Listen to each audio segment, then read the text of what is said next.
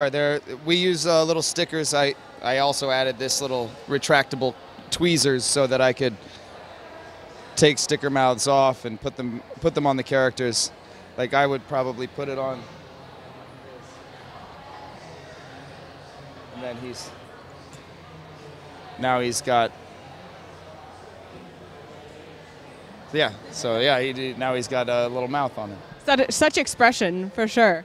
Yeah. Well, thank you so much. This has been very educational, and I love the inspiration of using a game controller that may not have been so useful in its day for something that is much more useful now. You know, it's important to improve upon the past, you know. Exactly. Well, let me know what you think of that modded Power Glove. I'm certainly impressed. Are you? Tweet at me at Anna Prosser and let me know. Hey, welcome back. We're live. Here, Chris Waters, Eric Tay. What up? Eric, we've been Yes. giving away some stuff. Got some goblins claimed. Got really? some entries for the Mega Man helmet giveaway. The Grand Mega Man helmet giveaway. This thing, a limited edition Comic-Con collector's item, if I'm not mistaken. Eric, don't drop it. Tell them how heavy it is. Eric, how heavy is it? I don't know. It's probably like a few pounds, maybe? Does it fit on the Whimsyshire Goblin's head without too much squeezing? I don't know. Here's how you win it. Photoshop a cat as Mega Man or any other character in the Mega Man series. Tweet it to GameSpot and PC Brown, because Peter Brown is a generous benefactor sponsoring this giveaway, and he's going to choose. We have some entries already. Do we have that one handy to look at? Maybe we will by the end of this toss.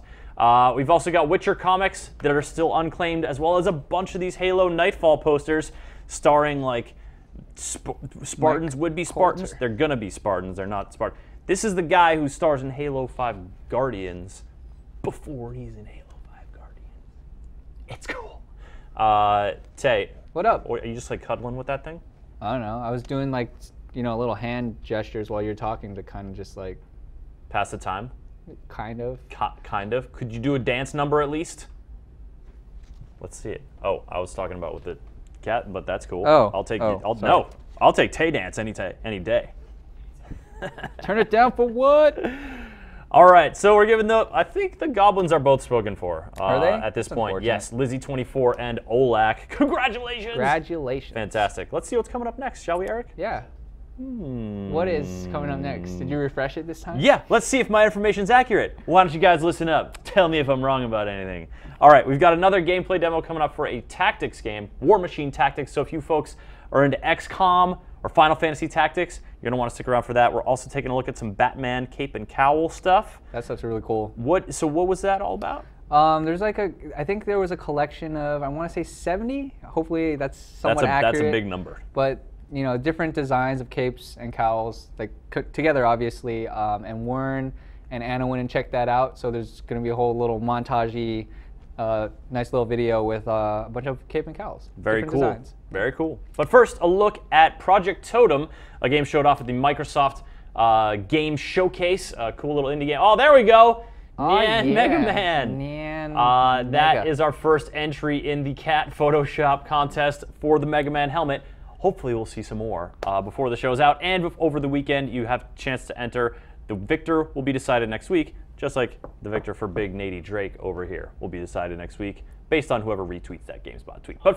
But for now, Project Totem here at San Diego Comic-Con. Maybe. Hey guys, Justin here at San Diego Comic-Con. We're hanging out in the Xbox Gamer Lounge, and I'm talking with Forrest, who's one of the producers at Press Play Studios, and she has a really awesome project that she's working on right now here in the Xbox Gamer Lounge. It's called Project Totem. What is this game exactly that you've been working on? So this is a minimalistic puzzle platformer from Press Play, located in Copenhagen, Denmark. And yeah, we've got a co-op and a single player, and we're just going for a sort of very minimal but playful and challenging game. And I guess the best way to learn about the game, to describe it, is to watch it. What's going on the screen here right now? Yeah, so the basic premise is that, so we have a single player right now on screen. The basic premise is that there are two totem pieces that you control with one input. So he's using the left stick, you can use the D-pad or the left stick, and you have to use the environment to basically offset or align the totem pieces and get through your levels. What was the inspiration behind this game? Like, it's a very distinctive art style. I don't feel like I've seen something like this before. Well, this is definitely something fresh and new for Press Play, but we do always go for playful. So we were in the completion phase of Max the Curse of Brotherhood, and our composer and audio engineer was actually needing a creative outlet, and this was a side project for him.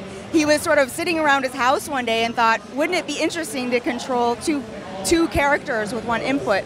So we started working on this in his spare time, and there was a party, and there was some drinking, and one of our studio directors, Ola, had this vague memory the next day and said, hey, Aska, I remember you telling me about this super interesting game. Can I see it? So then what happened was the studio directors all got really excited about this project. We put a team against it for a month and prototyped it, and then we took it to Greenlight, and this is a project. We have a full team of about 14 people working on it now, and we're aiming for end of this year to release on Xbox One. So why totems? That's a very distinctive thing to pick up on as the main character, basically. Why totem? You know, I think that the guys, Aska and Boat, actually are two brothers who are really behind this project and leading the project. I think they just thought it would be really fun.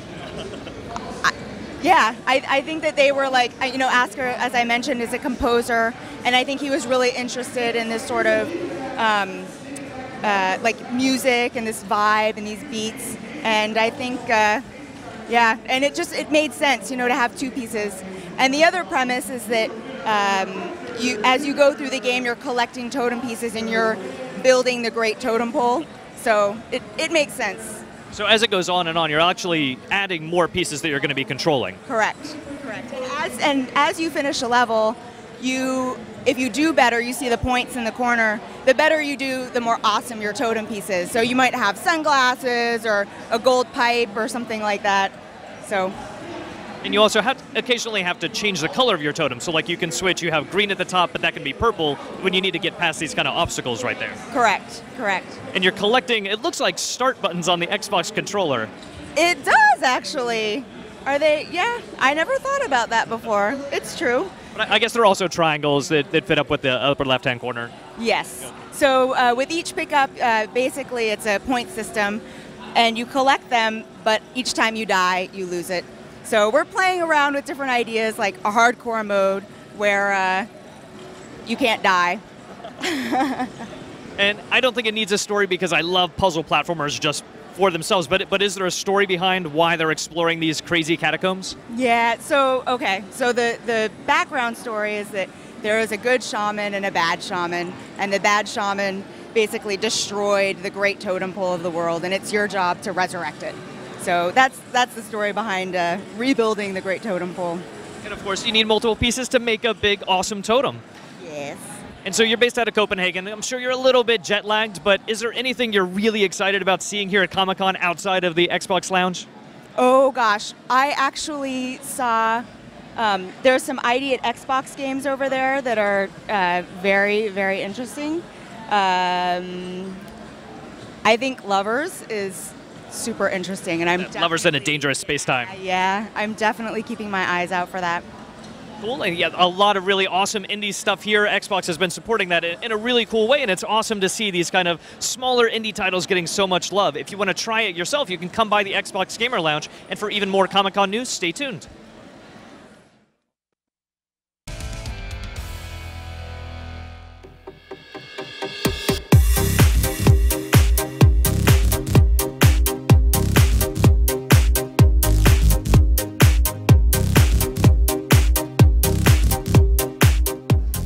Hi there, I'm Anna Prosser-Robinson for GameSpot here on the front line at San Diego Comic-Con 2014, and I'm at a very cool event with Gaz. Gaz, how are you doing? Yeah, great, thank you.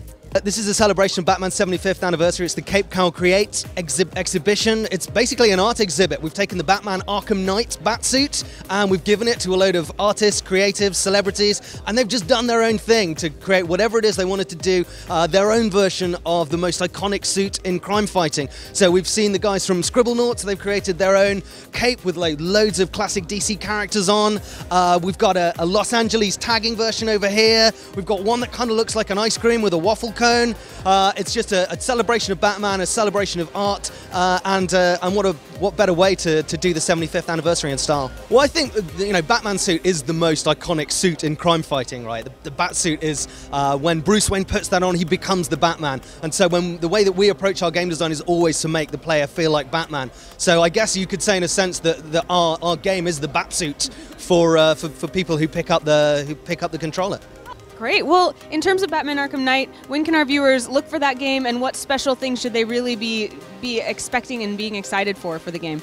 Well, one of the cool things about the Batsuit that we've designed is that it interfaces really well with the Batmobile, and the Batmobile is the big thing that we finally wanted to bring to the Arkham series. So it's totally drivable, it's totally awesome, and when gamers get a chance to play it in 2015, they're gonna see why.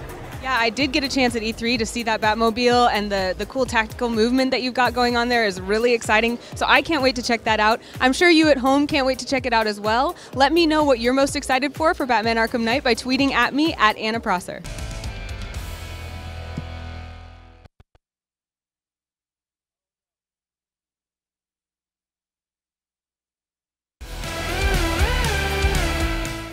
Out on the show floor at San Diego Comic-Con is a large, hulking machine battle monstrosity thing, and Jay Katar-Palil from White Moon Dreams is the guy behind it. Jay, the game is War Machine Tactics, and you guys are on the show floor in a big way.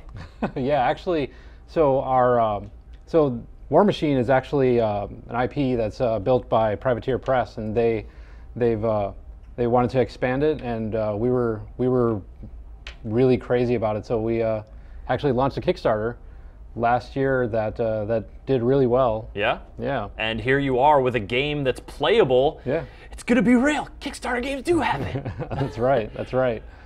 We actually decided to kind of go big with it. So we instead of kind of building like a small casual game or something, we went for like a full turn-based tactics game with a 20-mission single-player campaign and 48 playable multiplayer units, and like more stuff come in and all kinds of craziness. So very cool. It's going to be a good time. Well, we've got a match set up here between you and your buddy Matt, and you guys are poised to start doing some damage to each other.